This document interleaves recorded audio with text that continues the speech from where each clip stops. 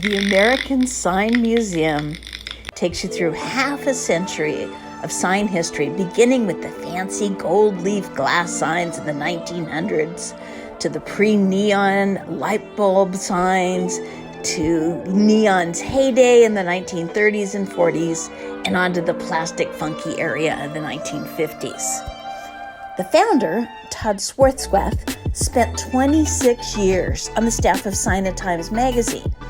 He was the fourth generation editor. It was the family business. And he was writing about in the Bible of the sign industry, as members of his family had. He parlayed all of this knowledge and contacts and hoarding tendencies into what he calls a midlife crisis project, which would eventually become the American Sign Museum. There's 1,900 square feet of exhibit space, 28-foot-high ceilings because of the bigger signs, plus outdoor displays, a complete working neon shop, and phenomenal event space. Folks even get married there.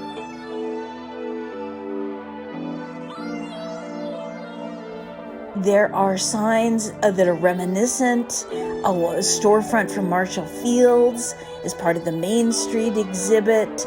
The Howard Johnson's Ravertising sign with 28 flavors of ice cream.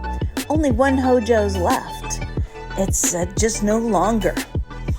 Well, it's even the building itself. They searched all over to try and find a good place to house this museum.